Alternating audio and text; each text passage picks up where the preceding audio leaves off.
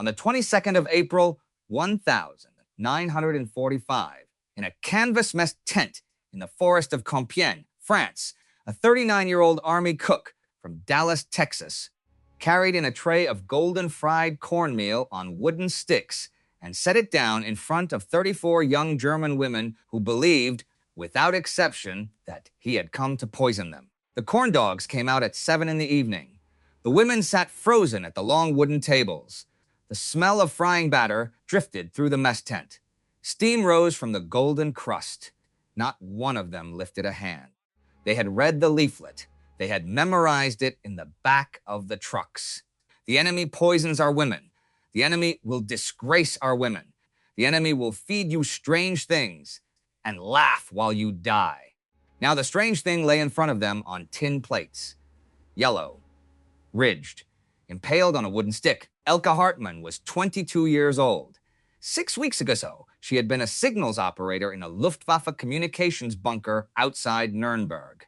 4 days ago, she had been marched, hands above her head, past a line of American soldiers who spat on the ground as she passed. Tonight she was going to die. That was what her mother had told her. That was what the party had told her. That was what the pamphlet in her tunic pocket, folded 8 times, still said in black Gothic type. Across the table, a young American sergeant picked up a corn dog, bit off half of it, chewed slowly, nodded. "Try it," he said. Not one of them moved. This is the story of what happened next. It is a composite. Elke Hartmann, Kristen Neumann, Lotte Fischer, and Irma Lang are drawn from the recorded testimonies of Wehrmachtshelferinnen collected by the historian Franka Maubach and preserved in the archives of the International Committee of the Red Cross. The camp at Attici was real. The corn dogs were real. Everything you are about to hear is true in the way that only composite history can be true, every detail documented, arranged into the shape of a single life. Nuremberg was burning when they came for the women. It was the 18th of April, 1945.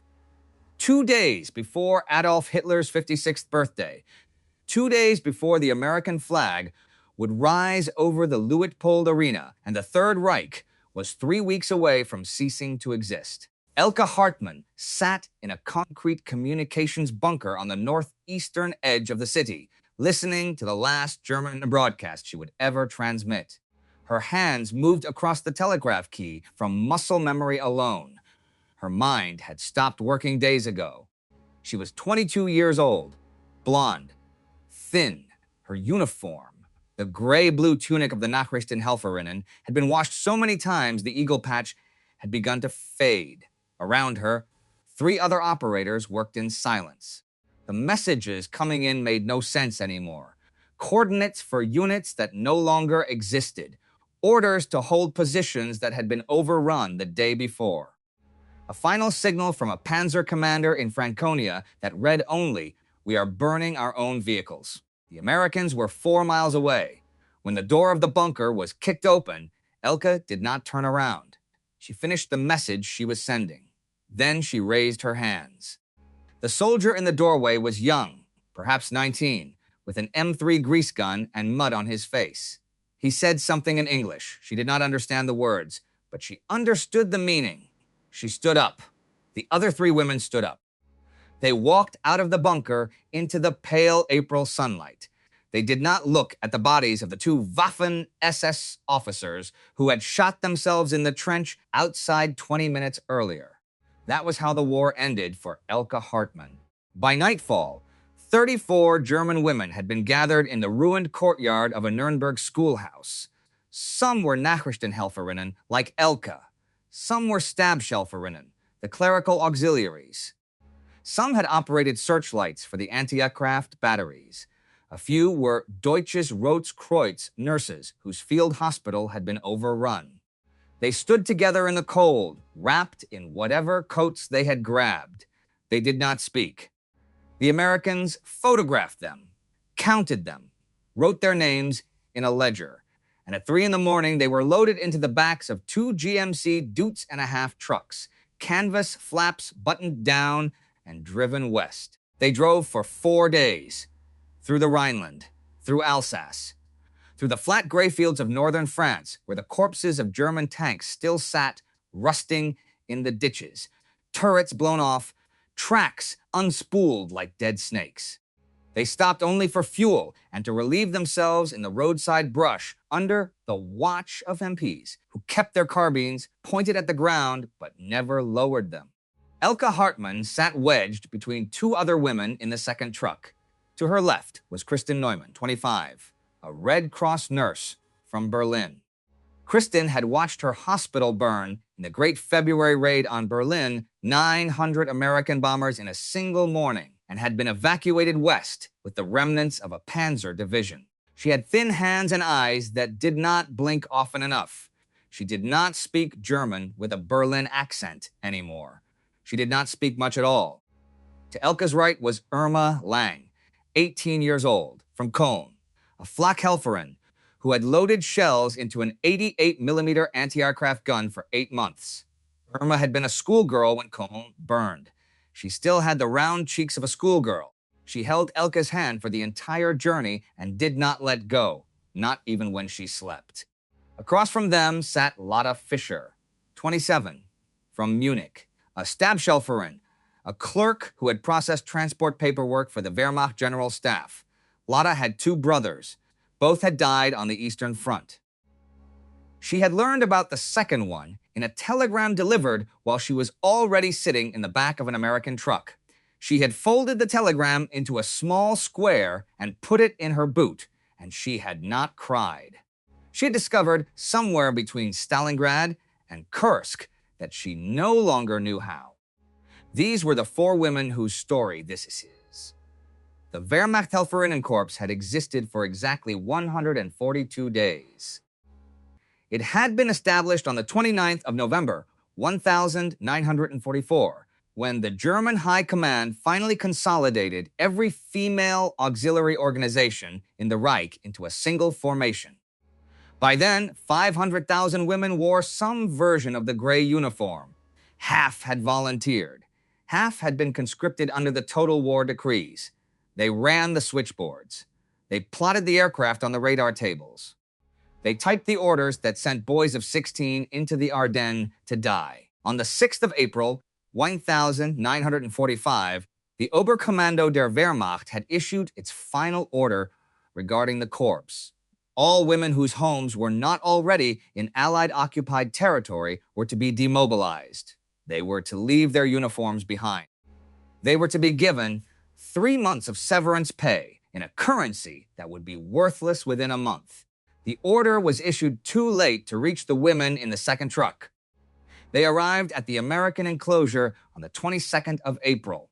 It was called Atici, Continental Central Prisoner of War Enclosure Number 15, a small French town on the Aisne River, 15 kilometers north of Compiègne.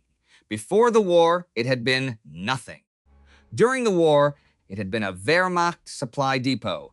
Now it was one of the great American holding facilities for German prisoners. A stretch of open field enclosed by 6 concentric rings of barbed wire with wooden watchtowers at every corner and canvas tents extending toward the tree line as far as a man could see. 200,000 German soldiers were held at Atici that spring. Almost all of them were men. The women were taken to a separate compound, a smaller enclosure, half a kilometer from the main camp, that had been improvised in a hurry when the American 7th Army began sending female captives west from the Rhineland. 3 barracks, a mess tent, a latrine, 1 barbed wire perimeter with 2 guards on rotation, and a Women's Army Corps lieutenant named Margaret Callahan, who had, until 3 weeks ago, been running a stenography pool in Reims. Lieutenant Callahan was 32 years old. She had grown up in South Boston, the daughter of a longshoreman. She had freckles across the bridge of her nose and a voice that could cut through iron. She had been given command of the women's enclosure with 14 hours of preparation and no interpreter. When the 34 new prisoners were unloaded from the trucks at 1,830 hours, Lieutenant Callahan stood at the gate with her hands on her hips and watched them file past. She noted the gray-blue tunics, The eagle insignia, some torn off, some still stitched in place. The fear. The way the youngest one, Irma, kept looking at the older women for cues on how to stand, how to hold her hands, how to keep from crying. Callahan turned to the man beside her. Corporal, tell them they'll be fed in 1 hour. Tell them no one is going to hurt them. Corporal Warren Hayes cleared his throat. He was 25, from Milwaukee. His grandparents had come over from Hamburg in 1889 and had never spoken English in their own kitchen, and so he had grown up bilingual without knowing it was unusual. He was the only translator in the compound. He spoke a few sentences in flat, plain German. The women listened. Their faces did not change. At 1,930 hours, Sergeant Luther Grant carried the first tray into the mess tent. Grant was 39 years old, older than most of the men in the 7th Army. He was from Dallas, Texas, and he had done something that afternoon that no other American Army cook in Europe had done. He had requisitioned cornmeal, frankfurters from the B-ration reserve, and a batch of wooden dowels intended for tent stakes. And he had made 40 corn dogs. The recipe was in his wallet, where he had put it 3 years before. He set the first tray down on the long wooden table. The smell hit the women first. Sweet, fried, foreign. They stared. Kristen Neumann leaned toward Elke. Her voice was barely a whisper. Don't touch it. Lotta Fisher nodded once, slowly. Irma Lang's hand moved beneath the table and found Elke's. She squeezed hard. Sergeant Grant, who did not understand a word of German, took a corn dog from the tray. He bit off half of it. He chewed. He nodded, as if to say, "See? See?" He was smiling. He was not a cruel man. He was not even really a soldier. He was a cook from Dallas who believed, with the whole of his tired 40-year-old heart, that food could say things that words could not. The women did not move. And then Elke Hartmann reached into the inside pocket of her tunic, and she pulled out a folded piece of paper, and she opened it slowly, and she laid it flat on the wooden table. It was a leaflet, printed on cheap yellow paper. The paper had been folded and refolded so many times as it was beginning to come apart at the creases. At the top, in heavy Gothic letters, were the words Propagandenheit PK 1000, 944/318. Below that, a single sentence, Der Feind vergiftet unsere Frauen. The enemy poisons our women. Elke looked up at Corporal Hayes. Her eyes were not angry. They were not defiant. They were simply the eyes of a young woman who had been told every day for 3 years that this exact meal, in this exact tent, on this exact evening, would be the last one she ever ate. Read it, she said in German. Her voice did not shake. Hayes read it. Then he read it again. He turned to Sergeant Grant. He did not translate the words. He said quietly, in English, Sergeant, they think you're killing them. Grant lowered the corn dog. He looked at the 34 young women sitting across the long wooden table. He looked at Elke Hartmann, 22 years old, holding a piece of Goebbels propaganda in her hand as if it were the last true thing left in the world. He put down the corn dog, and he sat down at the far end of the table, and he waited. To understand what happened at Attichee in the spring of 1945, you must first understand where Attichee is. It sits on the north bank of the Aisne River in the department of Oise, in the region of Picardy. It is a small town. In 1945, it had perhaps 800 residents. Most of them had spent the previous 4 years watching German trucks roll south down the road toward Paris, and then watching American trucks roll north up the same road toward the Rhine. And they had learned, as the French of that region had always learned, to keep their windows shuttered and their opinions to themselves. 15 kilometers to the south of Attichee stood the town of Compiègne, and in the forest of Compiègne, on a small siding of railway track that had been preserved as a monument, stood a wooden dining car from a French train. This is important. The dining car had been placed there in 1927 to commemorate an event. On the 11th of November, 1918, at 5 in the morning, the delegates of the German Empire had climbed into that dining car, sat down at a small table, and signed the armistice that ended the First World War. Marshal Foch had presided. The Germans had wept. For 22 years, French school children had been brought to that clearing to see the car and to understand what victory looked like. Then, on the 22nd of June, 1940, Adolf Hitler had arrived at the same clearing. He had ordered the German engineers to smash open the wall of the museum and pull the dining car out into the same siding, in the same spot, at the same angle. He had made the French delegates sit at the same table, and he had made them sign the surrender of France at the very hour, in the very place where his own country had surrendered 22 years before. Then he had ordered the dining car destroyed, loaded onto a flatbed, shipped to Berlin, and blown up in 1945 with dynamite by SS troops as the Red Army closed in on the capital. The empty siding was still there in the forest of Compiègne on the day the German women arrived at Attichy. The gravel between the rails had never been disturbed. The trees around it had never been cut. If you walked out from the American enclosure at dusk, and if the wind was right, you could hear the water of the Aisne moving over the stones. And you could stand in the clearing where two of the largest surrenders in human history had been signed, and you could look at the empty place where the dining car had once been, and you could feel the weight of what the ground remembered. This was where the American army had chosen to hold 200,000 German prisoners. This was where 34 young German women were about to spend the last spring of the war. The enclosure itself was not built. It was assembled. When the 7th and 3rd U.S. armies had begun taking German prisoners by the tens of thousands in the autumn of 1944, the American command had realized very quickly that there was no place to put them. The Geneva Convention required shelter. There was no shelter. It required food. There was barely food for the American soldiers. It required guards. Every guard was needed at the front. The solution had been the Continental Central Prisoner of War enclosures. Fields. Just fields. Ringed with concentric loops of barbed wire, strung between wooden posts. Watchtowers at the corners. A single latrine trap. A single water tap for every 3,000 men.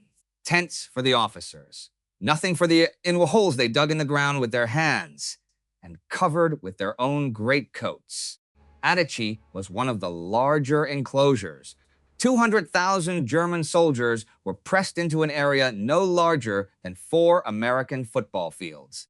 In the daylight, from a low-flying aircraft, the compound looked like a gray blanket that was moving. The women's compound was different. It sat half a kilometer to the northwest of the main enclosure, on the edge of an abandoned French Air Force airstrip that had been used briefly by the Luftwaffe in 1941 before being written off as strategically useless. There were 3 long wooden barracks, hastily built by American engineers in the second week of April. There was a mess tent. There was a latrine with actual walls. There was 1 water tap that ran, when it ran, from a captured German field pump. The perimeter had 1 loop of barbed wire, not 6. There was 1 watchtower, manned by rotating pairs of enlisted men who spent most of their shift staring at the tree line, waiting for the war to be over. Lieutenant Margaret Callahan commanded the compound. Beneath her were 2 other WAACs, Sergeant Ruth Meyerson, 34, from Chicago, and Private First Class Alma Reeves, 21, from a small town in western Kansas whose name Callahan could never remember. 3 American women to supervise 300 German ones. The Wehrmachtshelferinnen were still arriving in trucks from the east. 2 dozen one day, a dozen the next.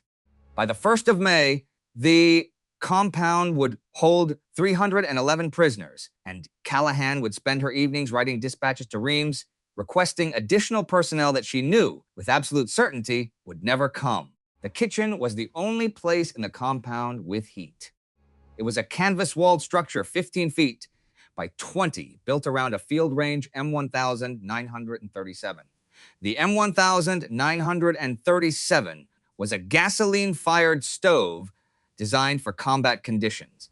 It burned hot, it burned fast, and it filled the entire tent with the smell of whatever a good Army cook chose to put on it.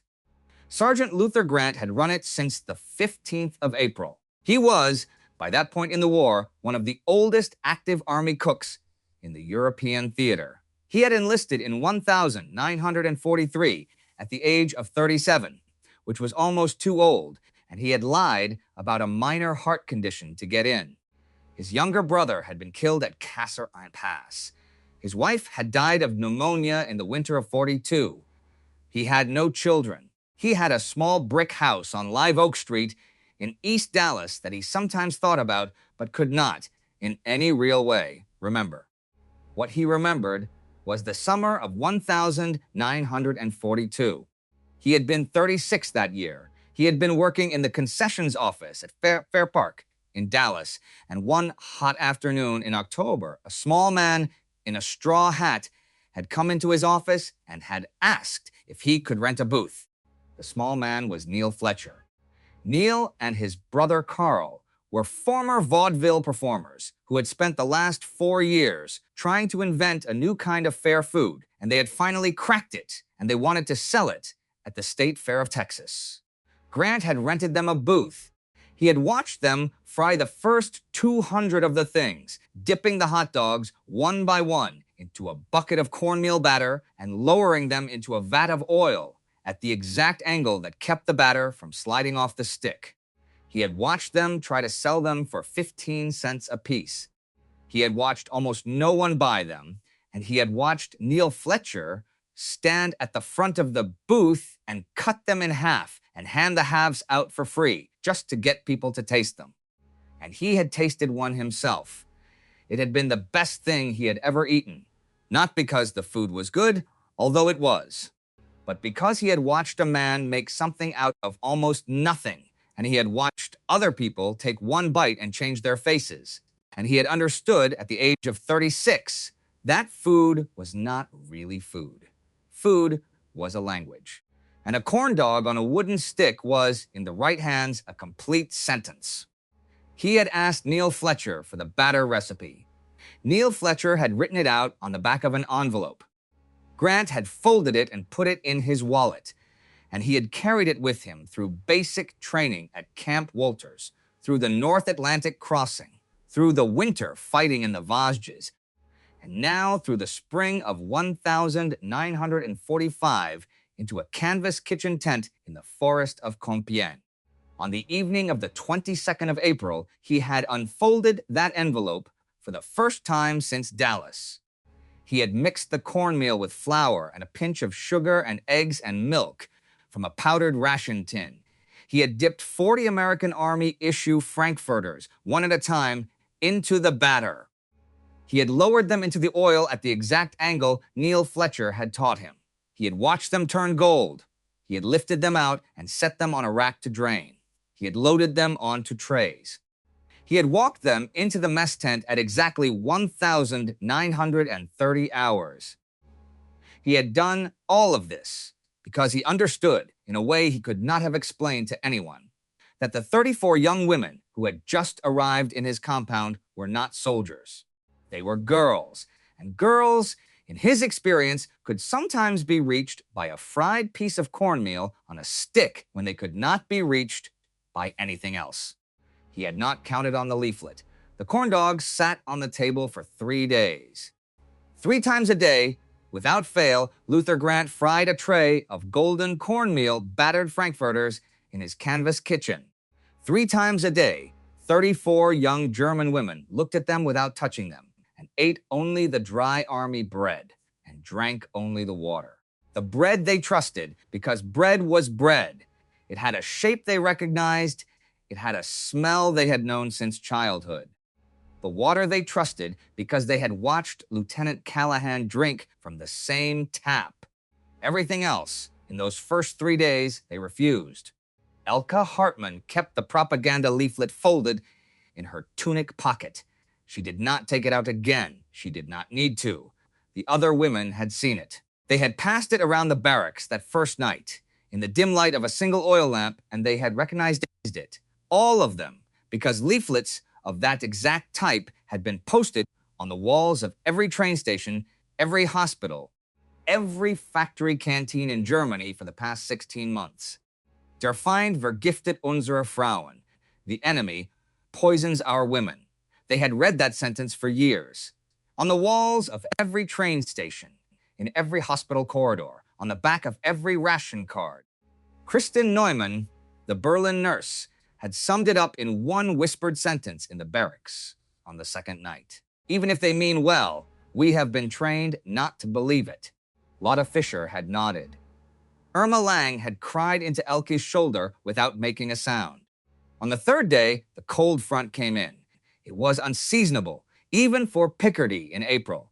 The temperature dropped 15 degrees Fahrenheit between noon and sundown. A gray wind rolled in off the English Channel and swept across the flat fields north of the Aisne, and the wooden barracks of the women's compound, which had been thrown together in a hurry and had not been insulated, filled up with cold the way a bucket fills up with water. The women wrapped themselves in the two thin American Army blankets each of them had been issued. They sat on their bunks. They did not speak much. Irma Lang, the 18-year-old, had not eaten in 72 hours. She had drunk water. She had eaten the crusts of her bread ration. Her face had gone the color of old paper. When she stood up from her bunk to go to the latrine on the third afternoon, she made it 3 steps before her knees folded under her, and she sat down very gently on the wooden floor of the barracks. Elke was beside her in an instant. Irma, the girl looked up. Her eyes did not focus. I am fine, she said in German. I only need to rest a moment. She did not rest a moment. She rested for 2 hours. And when Lieutenant Callahan came into the barracks at 1,600 hours to conduct a routine check, she found Elke Hartmann kneeling beside an 18-year-old girl who was drifting in and out of consciousness on the wooden floor. Callahan crouched down. She put 2 fingers on Irma's neck. She felt the pulse, fast, weak. She looked up at Elke. How long? Elke understood the English word. 3 days. Callahan stood up. She walked out of the barracks. She walked directly to the mess tent, where Sergeant Grant was cleaning the M1937 field range. She stood in the doorway. Grant, ma'am, 1 corn dog and a cup of hot broth now. Grant nodded. He did not ask questions. 2 minutes later, Callahan walked back into the barracks, carrying a tin cup of steaming beef broth and a single corn dog on a paper plate. She knelt down beside Elke and Irma. She set the plate on the floor. Elke, she said. She had learned the girl's name that morning, and she used it carefully, as if it were a thing she was borrowing. Elke, she has to eat. If she does not eat, she will die. Elke did not answer. Callahan looked at her for a long moment. You eat first, she said. You eat and she watches. And then she eats. It was, when Elke thought about it, years later, the most intelligent thing an American had done for her in the whole of that spring. Because it did not ask her to trust the food. It only asked her to be a friend. Elke picked up the corn dog. It was still warm, slightly greasy. The cornmeal crust was slightly rough against her fingers. She held it for a long time. She could smell the frying oil, and underneath that, something sweet, almost like cake. She looked at Irma. The girl's eyes had opened slightly. She was watching. Elke lifted the corn dog to her mouth. She bit. The crust broke between her teeth with a small, clean sound. The batter was sweet. The meat inside was salty and hot and yielding. The two textures together, the crisp and the soft, the sweet and the salty, hit her tongue like a chord of music. It was completely unlike anything in German cuisine. It was, in the plainest way possible, foreign, and it was delicious. Her eyes opened wider, not because she was pleased, because she was surprised. She had not eaten anything hot in 3 days. She had not eaten anything with fat in it in over a week. Her body responded before her mind did. She swallowed. She took another bite. She did not want to. Her hand was moving on its own. Irma was watching. Elke stopped chewing. She looked down at the girl. "It is not poison," she said in German. Her voice was quieter than she had meant it to be. "It is only strange." She held out what remained of the corn dog. Irma reached up with both hands, the way a small child accepts a piece of bread, and she took it. She bit into it. She closed her eyes, and she began, very slowly, to cry. Elke did not know if the girl was crying because she was afraid, or because she was hungry, or because the food was good, or because they were both, finally, alive. She held Irma's hand while she ate. By the fourth morning, 5 other women had accepted corn dogs. By the fifth, 12. By the end of the first week, 28 of the 34 had begun to eat. Only 6 held out. Lotta Fischer was one of them. She sat at the long table every meal and ate her bread in silence and refused to look at the trays that Sergeant Grant continued to bring. She did not shame the other women for eating. She simply did not eat herself. Elke did not press her. No one did. There was a rank of grief in that compound that no one on the American side could see, and Lotta held the top of that rank alone. The kitchen changed everything. It happened in the second week. Lieutenant Callahan approached Sergeant Grant in the mess tent one evening and told him that she was going to authorize a work detail. 8 of the German women, selected by good conduct, rotating shifts in the kitchen. They would peel potatoes. They would wash pans. They would learn, if they wanted to learn, how to fry the corn dogs themselves. Grant nodded. "Send them tomorrow, ma'am." The next morning, 8 women filed into the canvas kitchen. Elke was among them. Kristen was among them. Irma was among them. So was a small, dark-haired woman from Regensburg named Anneliese Vogt, who had arrived on the second convoy and had said very little in the first week. Grant put them to work. He did not lecture them. He did not ask them where they had served.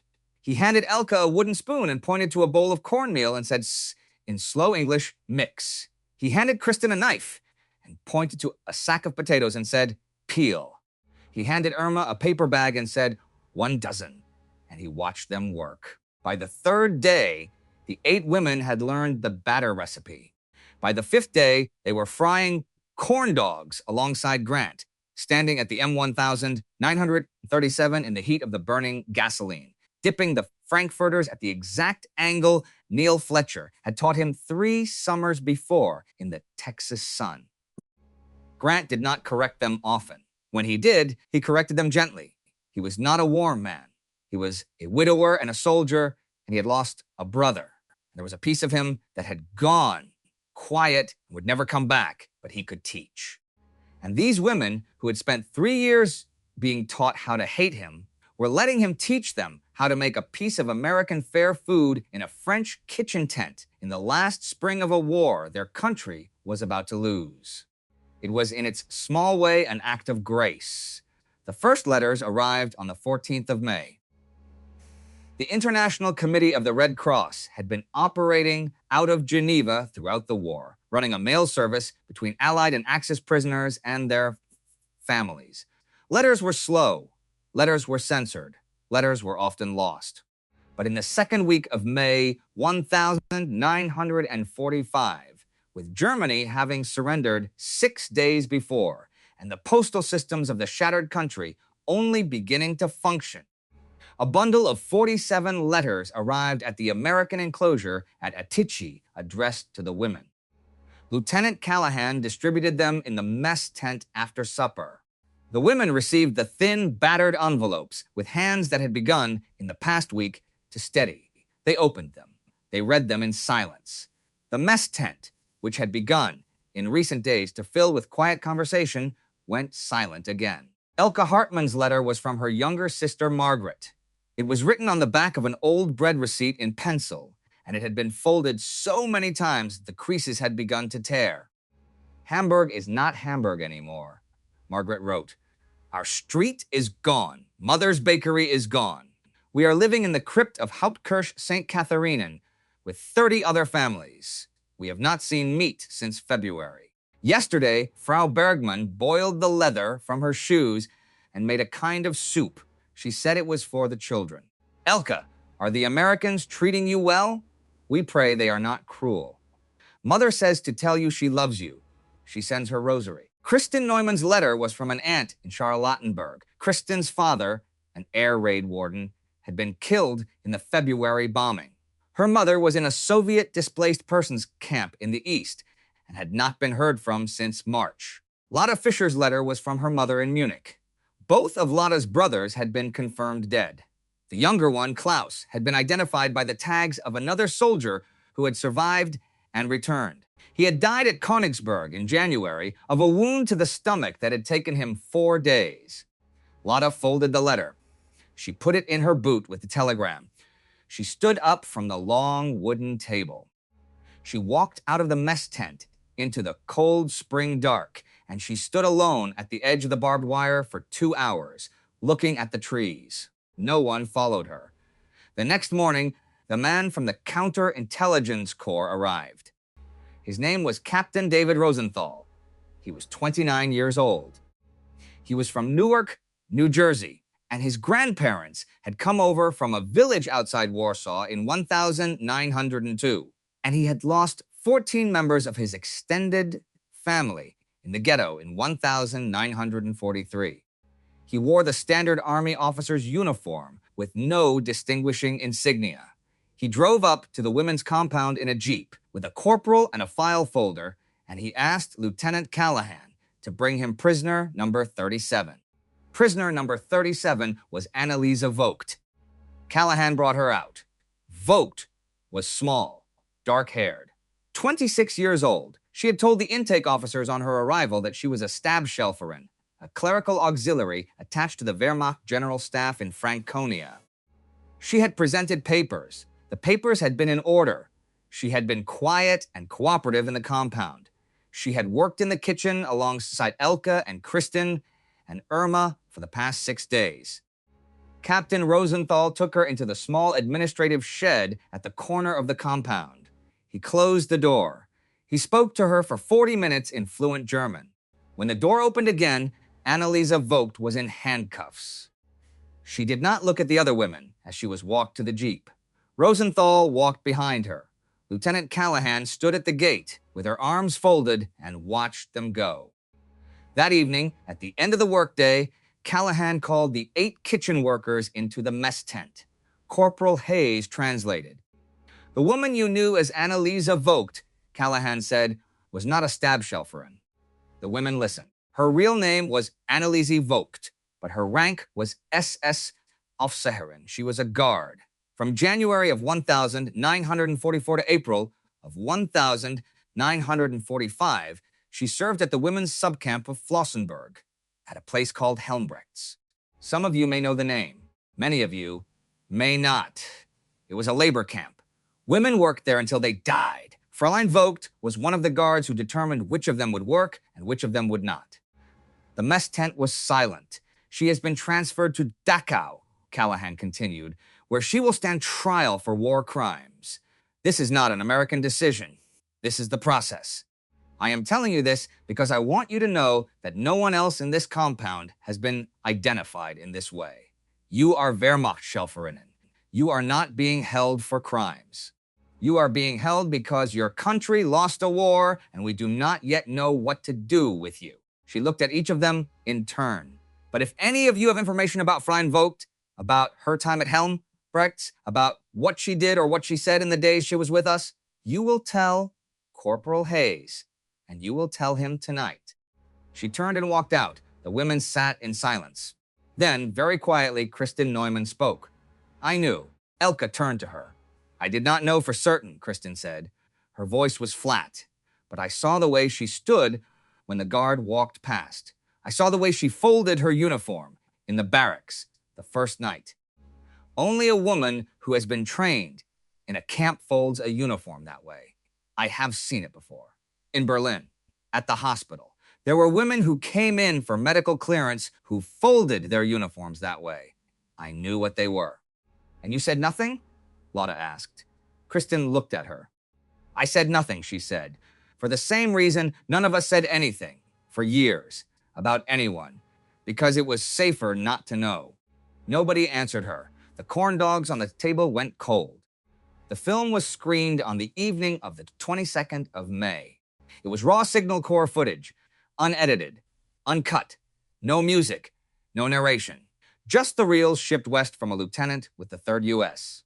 Army named George Stevens, who had spent the previous 6 weeks moving with the liberating columns through Ohrdruf and Buchenwald and Dachau, filming everything his camera could hold. The Psychological Warfare Division was collecting the reels for a documentary that would not be finished for months. In the meantime, the raw footage was being shown, unedited, in every American occupation compound in Europe, as a matter of policy.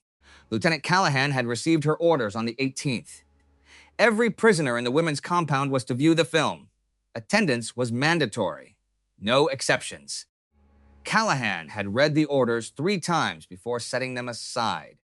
She had seen a reel of the footage herself at Reims in a small screening room in early May. She had sat through it with her hands folded in her lap, and she had not moved and she had not blinked. And when the lights had come up, she had walked out of the room and had thrown up in the corridor. Now she had to show it to 311 German women. The film was projected against a canvas sheet stretched between 2 poles in the mess tent. The women were assembled at 1,900 hours. The projector was a 16mm Bell and Howell that had been requisitioned from a signals unit at Reims. There was no narration to translate. Corporal Hayes stood by the projector and read the shot labels aloud in German as each reel changed. Ohrdruf, Buchenwald, Bergen-Belsen, Dachau. The film began without a title card. It ended with the piles. In between were the ovens, the huts, the starved men and women standing at the barbed wire, the stacks of bodies at Bergen-Belsen that the bulldozers had been called in to move, the corridor of corpses at Buchenwald, the children at Dachau. The reels flickered through in a flat and terrible silence, one after the next. The German women sat in silence. 3 of them fainted. Lotta Fischer, on the wooden bench in the 2nd row, leaned forward slowly and vomited between her boots. Irma Lang, the 18-year-old, did not vomit and did not faint. She sat with her hands folded in her lap, and she watched every frame, and she did not blink. And when the film ended and the lights came up, she did not stand for a long time. Elke Hartmann watched the entire film without crying. She did not know why. She thought she would cry. She thought her body would find a way to release what she was seeing. But her eyes stayed dry, and her hands stayed folded, and she watched the piles of bodies in the wheelbarrows and the numbers on the wrists of the survivors, and she thought only one clear thought. We knew, not everything, not all of it, not in detail, but we knew.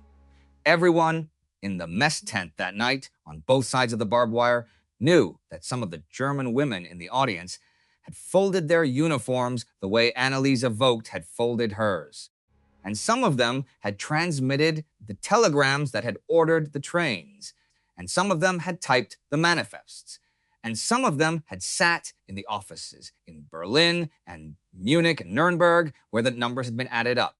And all of them, without exception, had known that trains had been leaving. And all of them, without exception, had chosen, for one reason or another, to look at something else. When the lights came up, Lieutenant Callahan did not speak. She did not make a speech. She waited until the last woman had walked out of the mess tent. Then she sat down on the wooden bench where Lotta had been sitting, and she put her head in her hands, and she stayed there for a long time. Elke's letter came the following week. It was again from Margaret, but it did not read like the first letter. The handwriting was harder, the paper was cleaner, and the news, when it came, arrived without ceremony. Mother has been arrested, Margaret wrote. The British came for her on the 10th of May. She was a member of the party. She had joined in 1,937. I did not know until they told me. She had not spoken of it. Her party number was 4,721,338. She is being held at the interrogation center at Neuengamme. They tell me they do not know when they will release her.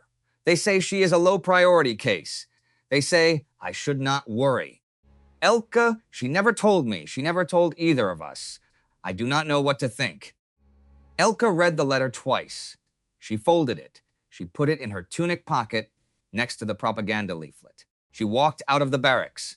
She walked to the edge of the barbed wire perimeter where the American guard tower stood, and she looked out across the flat gray fields of Picardy toward the forest of Compiègne. And she understood, in a way she had not understood before, that the war was not something that had ended. The war was something she was going to be inside for the rest of her life. That night, no one in Barracks 3 slept. The wooden shed was 50 feet long and 20 feet wide. It held 38 bunks in 2 rows. Elke's bunk was near the door. Kristen's was 3 down on the same side. Irma slept in the bunk directly beneath Elke. Lotta had a bunk against the far wall, alone. At some point, in the second hour after lights out, one of the women in the middle of the barracks began to cry. It was not the loud, racking crying of shock. It was the low, steady crying of a person who has decided quietly that she will not stop for a long time. Others joined her, not all at once. One woman here, another there. The sound moved through the barracks the way a wave moves through a wheat field, catching one head and then the next. Elke did not cry. She sat up in her bunk. She wrapped a blanket around her shoulders. She swung her legs over the side and dropped to the wooden floor. She walked in her stocking feet to the bunk where Kristen lay. "Are you awake?" "Yes." Elke sat down on the edge of the bunk. For a long time, neither of them spoke. "My mother joined the party in 1937, Elke said, finally. "So did mine," Kristen said. "You knew?" "I always knew," Kristen said. "My father did not." She did not tell him. She kept her book in the drawer of her sewing table, under the thread. "I found it when I was 14. You never told anyone?" "Who would I have told, Elke?" The question hung in the air. "I thought she was a good woman," Elke said. Her voice was very quiet. "I thought she was only a baker. I thought she voted only because everyone voted." "She probably was a good woman most of the time," Kristen said. "That is what is so hard. It is not that they were monsters. Some of them were. But most of them were bakers. Most of them were mothers. Most of them were tired women who joined a party in 1937 because everyone was joining the party, and because their husbands wanted business, and because their sons wanted schooling, and because it was easier to say yes than to say no. And that is what makes it terrible. Yes, Elke looked down at her hands. "I do not know how to go home," she said. Kristen reached out and took her hand. "None of us know," she said. "That is what we are going to have to learn." The next morning, Elke went to the kitchen at 4:30. Sergeant Grant was already there. He had lit the M1937 field range, and he was mixing the first batch of batter for the morning meal. He looked up when she came in. He did not say good morning. He handed her a wooden spoon. They worked in silence for an hour. At 5:30, when the batter was finished and the frankfurters were laid out on the wooden board and the oil in the vat had begun to shimmer, Grant spoke.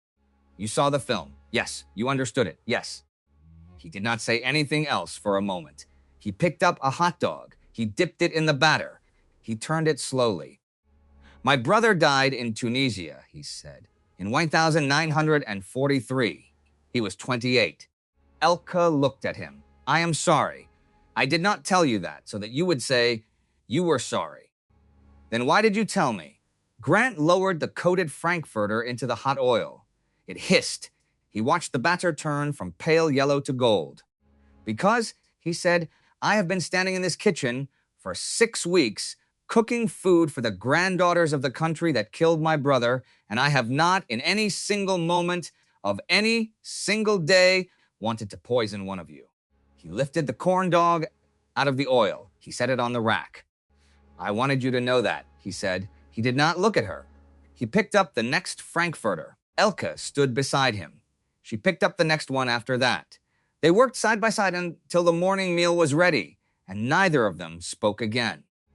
By the last week of May, the compound had changed. It was hard to say how, exactly. The barbed wire was still there. The guards were still in the towers. The women still ate at the long wooden tables and slept in the wooden barracks and used the latrine that was still, despite Lieutenant Callahan's requests, missing a proper roof. Nothing physical had shifted, but the silence was different.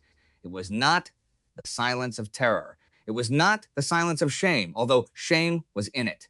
It was, for lack of a better word, the silence of grief. The kind of grief that is too large to be spoken about, and so it becomes the air in a room, and everyone breathes it, and no one names it. The women worked. They cooked. They cleaned the barracks. They wrote letters home when they had paper. They received letters back when the Red Cross could deliver them.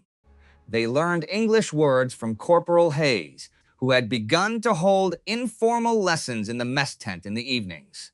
Sergeant Grant kept making corn dogs. He made them every day. Not because anyone requested them anymore, not because they were needed. He made them because he had begun, somewhere in the middle of that terrible spring, to understand that they were the only thing he had left to offer. Every fried piece of cornmeal on a wooden stick was, in his silent Texas way, a small refusal to become the thing his enemies had trained his prisoners to expect. He was, in the end, an ordinary man, and ordinary men in ordinary kitchens in the middle of terrible wars sometimes save the world in ways that history books never notice. By the first week of June, the American occupation authorities had begun to sort them. The system was called the Fragebogen. It was a questionnaire, 131 questions long, developed by the Supreme Headquarters Allied Expeditionary Force in the winter of 1944 for the purpose of classifying every German citizen who came into Allied custody. It asked about party membership. It asked about SS affiliation. It asked about religious background, employment history, education, and political activity. It asked about family. It asked about acquaintances. It asked, in one question near the middle, whether the respondent had ever personally witnessed acts of violence against Jews, and it required the answer to be either yes or no. Every woman in the compound at Attichie filled out the Fragebogen in the second week of June. The forms were then sent to a classification office at Reims, where an American officer with a stamp assigned each prisoner to one of 5 categories. Category A, major offenders, party officials, senior SS, to be tried by military tribunal. Category B, offenders, career Nazis in positions of authority, full internment. Category C, lesser offenders, nominal party members who had held minor posts. Category D, followers, nominal party members with no responsibility. Category E, persons exonerated. The Wehrmachtshelferinnen at Attichie, almost without exception, were classified as either Category D or Category E. They had held no rank. They had committed no crimes recognizable under international law. They had operated switchboards and typed manifests and loaded shells into anti-aircraft guns, and the American classification officers, working through thousands of files in a windowless office in Reims, marked them as followers and set them free. The releases began on the 17th of June. Lotta Fisher was called into Lieutenant Callahan's office on the 18th. She had been given a Category D. She was free to go. There was a truck leaving that afternoon for the transit camp at Reims, from which she would be routed east toward Munich, from which she would eventually, on her own, find her way home to the small apartment where her mother was waiting. Lotta stood in the office. She did not sit down. She looked at Lieutenant Callahan across the wooden desk. Callahan waited. "I do not want to go," Lotta said, in slow, careful English. She had been learning from Corporal Hayes. Her accent was rough. Her grammar was uncertain. But the words came out clearly. "I want to stay. I want to work." Callahan set down her pen, explained. "My brothers are dead," Lotta said. "My mother is old. My city is broken. I have nothing to do in Munich. I have nothing to build. But you have courts. You have trials. You have offices where German has to be translated into English. I can do this. I want to do this. I want to be useful. I want to be useful in the way that will hurt the most. Callahan was silent for a long time. You understand what you are asking? Yes. You would be a translator. In tribunals. You would sit in a room with women like Anneliese Vogt, and you would translate what they say into English so that the American prosecutors can understand it. You would hear things that you will not be able to forget. I know. Why? Lotta looked at her. Because I am not innocent, she said. Because I typed manifests for the General Staff for 3 years, and I did not ask what was in the trains. Because I have 2 dead brothers, and I do not know if what they did on the Eastern Front was worse or better than what Vogt did at Helmbrechts, and I cannot ask them anymore. Because I cannot go home and be a woman in a kitchen in Munich for the rest of my life, pretending I did not know. If I am to live, I must live doing this. There is nothing else. Callahan looked at her for a long moment. Then she picked up her pen. She wrote a note. She signed it. She handed it across the desk. Take this to the office at Rems, she said. Ask for Major Feldman. Tell him I sent you. Tell him you want to be a court translator for the tribunal at Dachau. Tell him you will start tomorrow. Lotta took the note. Thank you. Do not thank me, Callahan said. This will destroy you. You will do it anyway. But do not thank me for handing you the tool. Lotta walked out of the office. She did not cry. She had not cried since the telegram in the truck. She would not cry, in fact, for another 23 years, until the day in 1968, when the transcripts of the Frankfurt Auschwitz trials were published in Germany. And she would sit in her small apartment in a suburb of Nuremberg and read the testimony she had spent years translating, and something in her would finally, at the age of 50, break open. Elke Hartmann was released on the 20th of June, 1945. She was given a Category D classification. She was given a paper certificate stamped by the Seychef Classification Office. She was given a small bundle containing her original identification card, the 15 Reichsmark she had been carrying when she was captured, and 1 American Army blanket, which Lieutenant Callahan had signed off on personally as an unofficial gift. She was given no ride home. The trucks were for the transit camps. From the transit camps, one was on one's own. On the morning of the 21st, Elke walked to the gate of the compound at Atici. She was wearing her gray-blue Nachrichtenhelferin tunic, from which she had removed the eagle insignia the night before, using a pair of scissors borrowed from Kristen. She was carrying her bundle. She was 22 years old. Corporal Warren Hayes was standing at the gate. He was not there in an official capacity. He was there because he had heard she was leaving, and because he had wanted to say something, and because he had not been able, in the days leading up to it, to think of the correct thing to say. He held out a paper bag. For the road, he said in German. Elke took the bag. She looked inside. There were 3 corn dogs wrapped in wax paper and a canteen of water. She looked up at him. Thank you. It is nothing. It is not nothing. He held out his hand. She took it. They shook hands, the way strangers shake hands.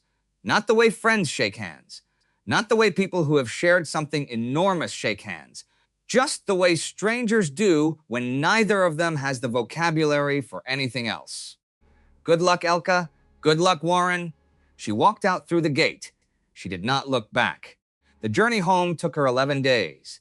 She walked from Atici to Compiègne, where she caught a French train east as far as Metz.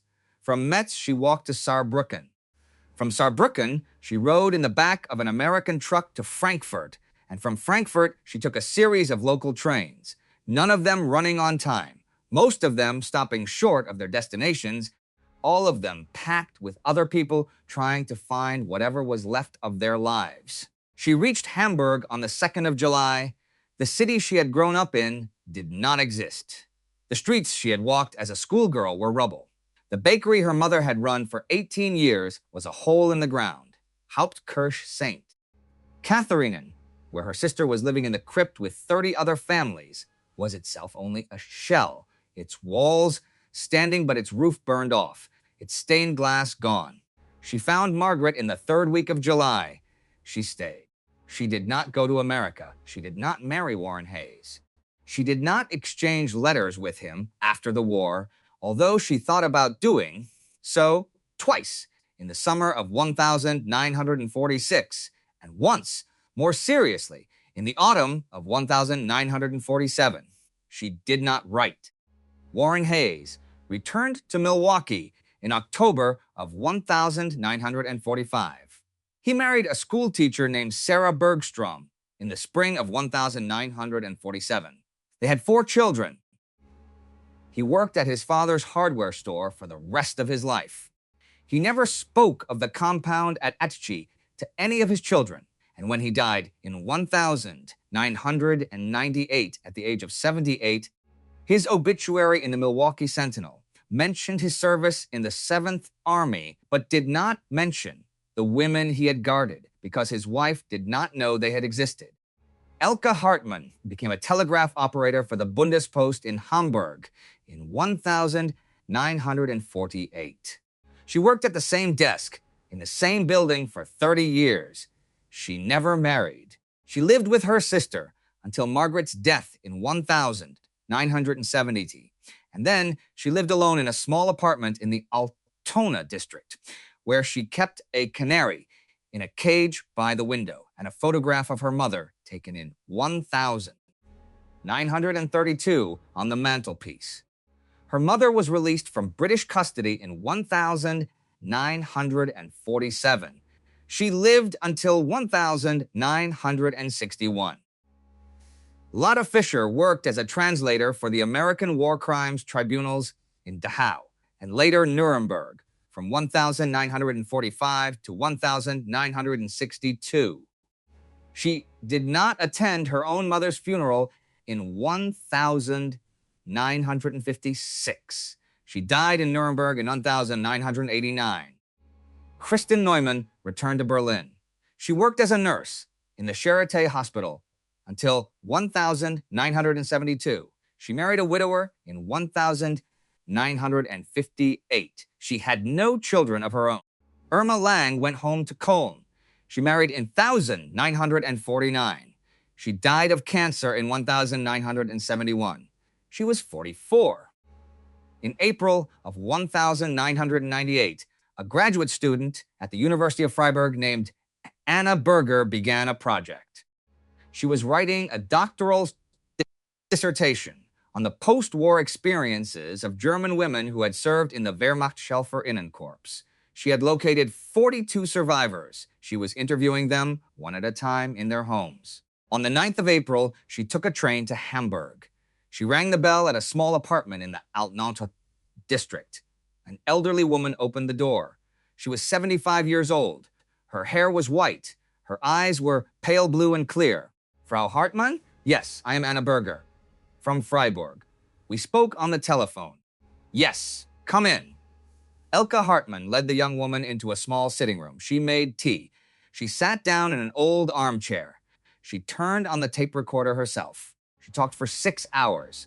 She talked about Nuremberg, about the trucks, about Atchee, about Lotta and Kristen and Irma, about the film, about her mother, about the letters, about Lieutenant Callahan and Corporal Hayes, about Sergeant Grant, about the corn dogs. At the end of the interview, Anna Berger asked her one final question. Frau Hartmann, she said, did you ever eat another corn dog? Elke Hartmann sat in her armchair. She looked out the window at the gray Hamburg sky. She smiled a small, tired smile. Nein, she said quietly. Ich habe nie wieder ein Corndog gegessen. No, I never ate another corn dog. Then she folded her hands in her lap. Aber ich habe nie vergessen, wie Menschlichkeit schmeckt. But I never forgot the taste of kindness. She died 3 years later, in the spring of 2001, in her sleep. She was 78 years old. They were only girls, 34 of them, in the back of 2 American Army trucks driven west across the rubble of Europe in the last spring of the greatest war in human history. They had been taught to hate. They had been taught to fear. They had been taught that the men who fed them would poison them, and that the country that captured them would destroy them, and that the food on the wooden table would be the last food they would ever eat. And on the fourth day, one of them picked up a corn dog, and she took a bite, and she did not die.